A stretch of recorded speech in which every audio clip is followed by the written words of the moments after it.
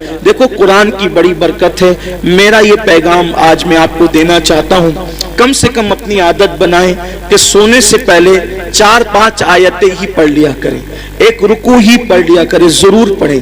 آپ دیکھیں قرآن شریف میں ایک سورت ہے, قرآن شریف میں ایک سورت ہے, اگر سونے سے پہلے اس سورت کو آپ پڑھ لیں, روزانہ پڑھنے کی عادت ڈالیں, تو یہ سورت کی تاثیر یہ ہے کہ آپ جو سوچو گے وہ ہوگا, جو سوچو گے وہ ہوگا. اس سورت کا نام ہے سورہ مزمل. 2 رکوع پر مشتمل ہے یہ سورت, اور 5 منٹ سے بھی کم کا وقت لگتا ہے. 5-6 دن اگر آپ اس کو ریگولر پڑھیں گے نا سورہ مزمل کو, تو آپ کو یہ زبانی یاد ہو جائے گی, اور آپ سورہ مزمل پڑھنے کے عادی بنے. جادو سے بچیں گے, سحر سے بچیں گے, بلاؤں سے بچیں گے, یہ ہے. پھر بھوکمری سے بچنا ہے, فاقہ کشی اور غربت سے, یعنی مالدار بننا ہے. سوتے ٹائم سورہ واقعہ کی تلاوت کر. سورہ واقعہ مالدار بنانے والی سورت ہے. ایک مرتبہ حضرت سیدنا عبداللہ ابن مسعود رضی اللہ تعالیٰ, آپ کے وصال کا وقت قریب تھا. حضرت سیدنا عثمان غنی آپ کے گھر گئے, اور جانے کے بعد کہنے لگے, بھائی عبداللہ آپ کی بڑی دینی خدمات ہے, اب ایسا لگتا ہے کہ تم دنیا میں زیادہ دن تک نہیں رہو گے, اور تمہاری بیٹیاں ہیں, اور آپ مجھے وصیت کر دیں کہ میں آپ کی بیٹیوں کے لیے کیا خدمت کر سکتا ہوں. حضرت عبداللہ ابن مسعود اٹھ کر بیٹھ گئے, کہنے لگے, عثمان میرے بھائی یاد رکھو, میری بیٹیاں کبھی بھوکی نہیں رہے گی, میری بیٹیاں کبھی فاقے سے نہیں رہے گی, میری بیٹیوں کو کبھی مال کی تنگی نہیں ہوگی, آپ پیسوں کی بات نہ کریں. حضرت عثمان غنی نے کہا, کیوں عبداللہ, ہم تو یہ سمجھ رہے تھے کہ تمہارے پاس مال نہیں ہے, اتنے یقین سے جو بات کہہ رہے ہو ایسا لگتا ہے کہ شاید تم نے بیٹیوں کے لیے بہت مال اکٹھا کر رکھا ہے. عبداللہ بن مسعود کہتے ہیں, نہیں, بیٹیوں کے لیے مال اکٹھا نہیں کیا ہے, مجھے اپنے نبی کے فرمان پہ بھروسہ ہے. اللہ کے رسول علیہ السلام نے فرمایا کہ جو سونے سے پہلے سورہ واقعہ کی تلاوت کر لے گا اس کے گھر میں کبھی فاقہ کشی نہیں ہو سکتی. میں نے میری بیٹیوں کو سورہ واقعہ کی تلاوت کرنے کا عادی بنا دیا ہے, جب تک وہ سورہ واقعہ پڑھتی رہے گی انشاءاللہ کبھی ان کو فاقہ کشی کی نوبت نہیں آئے گی. یہ صحابہ کا یقین تھا. بہت ساری بچیوں کو رشتے نہیں آتے, سورہ یاسین پڑھیں, عصر کے بعد پڑھیں, ان کو اچھے رشتے آئیں گے. قرآن میں سب ہے لیکن قرآن پڑھنا نہیں چاہتے, تعویذ لینا چاہتے ہیں, تعویذ لینا چاہتے ہیں, وظیفے پڑھنا چاہتے ہیں. قرآن سے بڑھ کر کون سا وظیفہ ہے وہ بتائیں نا آپ, قرآن سے بڑھ کر کون سا وظیفہ ہے. دیکھو حضور غریب نواز رضی اللہ تعالیٰ جے پال جوگی کے سارے جادو کا جواب صرف ایک آیت سے دیا ہے غریب نواز نے, اس کو آیت الکرسی کہتے ہیں. آیت الکرسی سے جے پال جوگی ہار گیا, غریب نواز کے مقابلے میں نہیں آ سکا. وہ سورہ فلق سورہ ناس پڑھ کے دم کیجئے, نظر بد ختم ہوگی. بچے جو شام کے وقت رات بھر روتے ہیں, فلق اور ناس پڑھ کر دم کرو, بچے رونا بند کر دیں گے, نہیں روئیں گے بچے. نظر لگتی ہے 3 مرتبہ لیلاف قریش پڑھو, نظر فوراً ختم ہوگی. اب آپ کہیں گے ہم تو کرتے ہیں نا لیکن اثر نہیں ہوتا. یہی بات خاص ہے, یہ بات خاص ہے. ایک مجھے بہت خوبصورت بات یہاں یاد آئی. ہمارے مرشد آبرو سلسلہ چشتیہ شہباز اولیاء حضرت سیدی بابا فرید الدین گنج شکر رضی اللہ تعالی, یہ سلسلہ چشتیہ کی آبرو ہے. بابا فرید بڑے پیارے بزرگ ہیں. بابا فرید الدین, غریب نواز نے کہا تھا, قطب الدین ایسے شہباز کا تو نے شکار کیا ہے کہ اس کے ذریعے سے قیامت تک تیرا نام زندہ رہے گا. بابا فرید کے پاس ایک عورت آئی اور آ کر کہتے, سرکار میری بیٹی کی شادی ہے, پیسوں کا انتظام نہیں, سرکار انتظام کر دیں. اب وہ اللہ والے لوگ, اور بابا فرید جیسا اللہ والا. بابا فرید جب پاک پٹن میں رہنے گئے تھے شروع میں, تو ایک درخت کے نیچے قیام تھا, اور جو کپڑوں کی پوٹلیاں اور جو سامان کی گٹریاں تھی نا, وہ رکھنے کو جگہ نہیں تھی. پنجاب کے لوگ یعنی پاک پٹن کے لوگ بہت ستاتے تھے, رہنے نہیں دیتے تھے. تو سامان کہاں رکھیں اپنا, تھا تو تھوڑا ہی سامان, جگہ تو چاہیے, تو درخت پہ لٹکا کر رکھتے تھے سامان.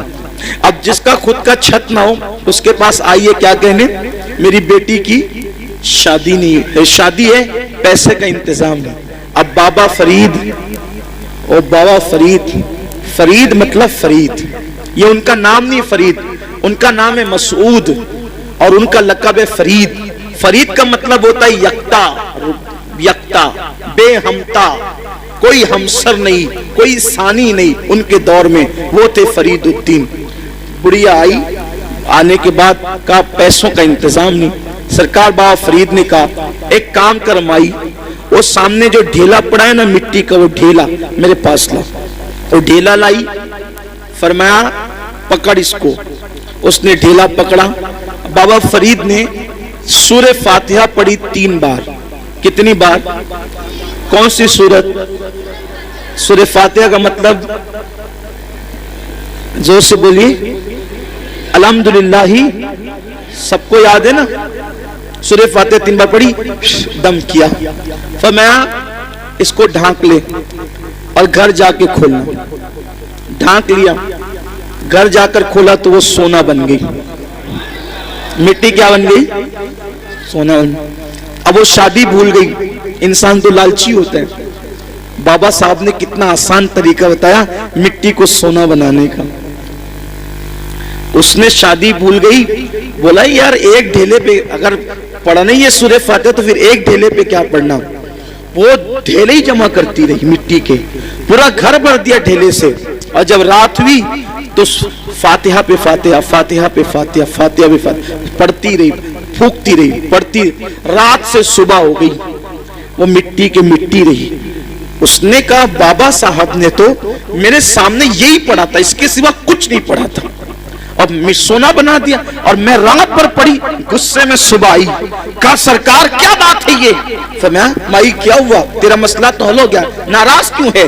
کہا کہ آپ نے سورہ فاتحہ پڑھا تو مٹی سونا بن گئی. میں پوری رات, آپ نے صرف 3 بار پڑھا تھا, میں پوری رات پڑھ پڑھ کے پھونکتی رہی, وہ مٹی کی مٹی رہی. اور صحیح بتانا آپ نے فاتحہ کے سوا کچھ پڑھا تھا؟ کہ نہیں فاتحہ پڑھا تھا, کچھ نہیں پڑھا تھا. تو کہا کہ آپ پڑھتے تو سونا, ہم پڑھتے ہیں مٹی. بابا صاحب نے مسکرا کے کہا او مائی فرید جیسی زبان تو لا, فرید جیسی زبان تو لا. کسی کو ٹائیفائڈ ہوتا ہے, ٹائیفائڈ کا مزہ, چائے پیتا ہے تو کیسی لگتی ہے؟ کڑوی. کیسی لگتی ہے؟ بولو چائے کڑوی ہے کہ زبان کڑوی ہے؟ کیا کڑوی؟ آدمی کہتا ہے چائے کڑوی ہے, آدمی کیا کہتا ہے؟ چائے کڑوی نہیں ہے. اگر چائے کڑوی ہوتی تو سب کو کڑوی لگتی. تیری زبان کڑوی ہو گئی ہے. کیوں؟ کیونکہ تجھے بیماری ہے, بیماری کی وجہ سے تجھے چائے کڑوی لگ رہی ہے. ایسے ہی جیسے ٹائیفائڈ والوں کو چائے کڑوی لگتی ہے, ویسے ہمیں گناہوں کا ٹائیفائڈ ہو گیا ہے. جس دن یہ گناہوں کا ٹائیفائڈ ختم ہو جائے گا, ہم بھی سورہ فاتحہ پڑھیں گے اور مٹی سونا بنتی چلی جائے گی. لیکن کوئی بیماری کے یہ گناہوں کے ٹائیفائڈ سے نکلے تو صحیح. دیکھو جو لوگ قرآن پڑھتے, قرآن ان کے چراغ بھی لوگ نہیں بجھا سکتے. میں نے بار بار اپنی قوم سے کہا کہ لوگ حیران ہیں, کرونا وائرس, کرونا وائرس, ایک بھوت سوار ہو گیا کرونا وائرس کا. کرونا وائرس, پھر یہ وائرس اور وہ وائرس, سارے وائرس, یہ وائرس میں پریشان ہے. ارے نادان, سوچ تو صحیح. کوئی بستی سے نکال دے گا, کوئی یہ کر دے گا, کوئی مار ڈالے گا, کوئی قتل کر دے گا, کوئی لوٹ لے گا, کوئی یہ کرے گا, وہ یار کوئی کچھ نہیں کرے گا. اللہ کی کتاب پکڑو, اللہ کی کتاب پکڑو. تمہارے جلائے ہوئے چراغ بھی کوئی بجھا نہیں سکتا. آپ کو مٹانا آسان نہیں ہے. قرآن پکڑ کر دیکھو. کیا وہ مشہور سا واقعہ میرے مرشد سیدی شمس الدین ترک پانی پتی کا نہیں سنا؟ نہیں سنا کہ سرکار صابر کلیر نے کہا تھا بابا شمس جب تجھ سے کرامت کا ظہور ہو سمجھ جانا میرا انتقال ہو گیا, اور آ جانا پھر سیدھے کلیر اور پھر میرا انتقال ہو چکا ہوگا, لیکن مجھے ہاتھ نہیں لگانا. شمس الدین ترک پانی پتی گئے, دن بھر فوج میں کام کرتے تھے, رات کو قرآن پڑھتے تھے, رات کو قرآن پڑھتے تھے. بادشاہ حملے پہ حملے کر رہا تھا, ناکام ہو رہا تھا. ایک دن بادشاہ نے رات کے وقت ہاتھ اٹھا کے دعا کی, مولا کامیابی نہیں ملتی. ارشاد ہوتا ہے طوفان آئے گا اور جس کا چراغ طوفان میں بھی جل رہا ہوگا. یہ تو آپ نے بار بار سنا, اس کا اینڈ سن لے آپ, آج خاص اس کا اینڈ سن لے. شاید اس کا اینڈ آپ نے نہیں سنا ہوگا اب تک. کم سے کم مجھ سے تو نہیں سنا ہوگا, اس کا اینڈ سن لے آپ. بادشاہ سے کہا طوفان آئے گا, چراغ نہیں بجھے گا. بادشاہ طوفان کا انتظار کرنے لگا. طوفان آیا, بادشاہ باہر نکلا تو خیمے سب کے اڑ گئے تھے. دیکھا کہ ایک چراغ جل رہا ہے, ایک چراغ جل رہا ہے, اور وہاں بیٹھ کر قرآن پڑھنے والا قرآن پڑھ رہا ہے. بابا شمدین کیا کر رہے تھے؟ قرآن پڑھ رہے. وہاں گئے, پیر پکڑ لیے, سرکار آپ دعا کر دے قلعہ فتح ہو جائے. فرمایا تو کسی غلط جگہ آ گیا, یہاں کیا ہے؟ تو کہا کہ حضور مجھے بتایا گیا خواب میں کہ جو صاحب کرامت ہوگا اسی کی دعا قبول ہوگی. کہا کہ صاحب کرامت بہت لوگ ہیں, میں تھوڑی. تو کہا کہ توجہ تو کریں, اس سے بڑی کرامت کیا ہوگی کہ لوگوں کے خیمے اڑ گئے اور آپ کا چراغ بھی نہیں بجھتا. یہ چراغ جل رہا ہے. وہ چراغ کیوں جل رہا تھا؟ حضرت شمس کا چراغ کیوں جل رہا تھا؟ چراغ اس لیے جل رہا تھا کہ وہ چراغ کی روشنی میں قرآن پڑھ رہے تھے. چراغ کی, یہاں تو لائٹ کی روشنی میں بھی قرآن نہیں پڑھتے, وہ لوگ چراغ کی روشنی میں قرآن پڑھتے. تو میری گزارش ہے قرآن کو عام کیا جائے, قرآن کو عام کریں, قرآن پڑھیں, قرآن پڑھائیں. اللہ تعالی ہم سب کو قرآن پڑھنے کی توفیق عطا فرمائے. اور آج کی اس مبارک محفل میں عہد کر لیں کہ اپنے گھر کے ایک ایک بچے کو توجہ میری طرف کر لیں. بس اب اختتام ہو گیا. یہ جج حضرات تشریف لے آئے ہیں. جب جج آ جاتے ہیں تو پھر اپنی ضرورت نہیں رہتی, اور یہ لوگ مجھے بٹھاتے اس لیے کہ جب تک جج نہیں آئے تب تک بیٹھے. یہ کوئی تقریر سننے کے لیے تھوڑی بٹھایا ہے. یہ تقریر کہا کہ جج آئے تب تک بولیے نا. تو جزاک اللہ, بڑی نوازش. اللہ آپ لوگ کو محبت و سلامت رکھے. اصل زندگی ہنس بول کے گزارنے کا ہی نام ہے. ہاں, غصے گرمی والے لوگ چڑچڑے ہو سکتے, متقی نہیں ہو سکتے. حضور سب سے بڑے متقی تھے لیکن سب سے زیادہ مسکراتے تھے. مسکراتے رہیے, مسکراتے رکھیے. جس کی تسکین سے, میرے امام نے کہا, جس کی تسکین سے روتے ہوئے ہنس پڑے, اس تبسم کی عادت پہ لاکھوں سے. میری گزارش ہے سنی دعوت اسلامی جیسی تحریک آپ کے یہاں اللہ کے کرم سے موجود ہے, ہمارے یہاں موجود ہے. اپنے گھر کے ایک ایک بچے کو عالم دین حافظ قرآن بنائیے, اللہ کے لیے بنائیے. آپ کا گھر محفوظ ہو جائے گا. اگر آپ کا بچہ حافظ قرآن بن گیا نا, حافظ قرآن, تو وہ اپنے گھر کے خاندان کے 700 لوگوں کے, ایسے 700 لوگوں کی بخشش کرائے گا جن پر جہنم کا عذاب لازم ہو چکا, یعنی جن کے لیے فیصلہ ہو گیا کہ یہ جہنم میں جائے گا. وہ حافظ قرآن اللہ سے کہے گا مولا میں حافظ تھا نا, یہ میرے خاندان کا آدمی, اس کو بخش دے. اللہ کہے گا جا تیری وجہ سے بخش دے. 700 لوگ, وہ اتنوں کو لے جائے گا تو اس حافظ کا مرتبہ کیا ہوگا, اور اس کے ماں باپ کا مرتبہ کیا ہوگا. سبحان اللہ, کیا مرتبہ ہوگا اس کے ماں باپ کے سر پر ایسا نورانی تاج رکھا جائے گا کہ اس کی روشنی سے پورا میدان محشر منور ہو جائے گا. اور اتنا آسان ہے بھائی, کتنا آسان ہے. میں یہ نہیں کہہ رہا ہوں آپ کو اسکول سے ہٹا لو, نہیں, اسکول پڑھتے ہوئے حافظ ہے. یہاں جتنے بچے اسکول پڑھتے ہوئے حفظ کر رہے ہیں ذرا کھڑے ہو جاؤ. تو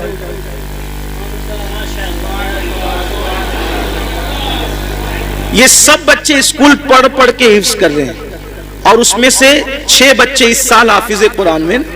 کتنے؟ 5 بچے, معاف, جامعہ پہ 6 تھے, یہاں 5. وہ کون بچے؟ 5 بچے. آپ بیٹھ جاؤ, وہ 5 کون ہیں جو اس سال حافظ ہوئے یہاں سے؟ یہ 5 بچے. بیٹا تم کیا پڑھ رہے ہو ابھی؟ 10ویں پڑھ رہے ہیں. کیا نام بیٹے؟ عقیل احمد. تم کیا پڑھ رہے ہو بیٹا؟ کون کالج میں کیا کر رہے ہو؟ یہ سی اے بن رہے ہیں اور حافظ قرآن ہو چکے ہیں. تم کیا کر رہے ہو بیٹا؟